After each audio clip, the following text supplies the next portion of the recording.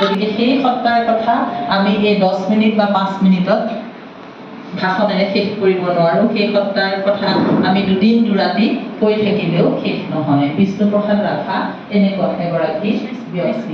জনজাতীয় পৰিয়ালত জন্মগ্ৰহণ কৰি ৰাভাদেৱে অসমীয়া সংস্কৃতিলৈ যি অৱদান আগবঢ়াই থৈ গ'ল সেয়া গতিকে সেই সকলোবোৰ দিশ সামৰি একেটা সময়তেই আমি তোমালোকক সকলো কথা কৈ শেষ কৰিব নোৱাৰো। কিন্তু এই দিনবোৰ উদযাপনৰ উদ্দেশ্য এটাই যে ছাত্ৰ ছাত্ৰীয়ে অসমীয়া সমাজ জীৱনক উদ্বুদ্ধ কৰি ৰখা, অসমীয়া সমাজ আমাৰ যদি বিষ্ণুপ্ৰসাদ ৰাভাৰ কথা আমি পাহৰি যাওঁ, জ্যোতিপ্ৰসাদ আগৰৱালাৰ কথা পাহৰি যাওঁ, শংকৰ গুৰুৰ কথা পাহৰি যাওঁ, তেতিয়াহ'লে আমাৰ অসমীয়া জাতীয় সত্তা নাই।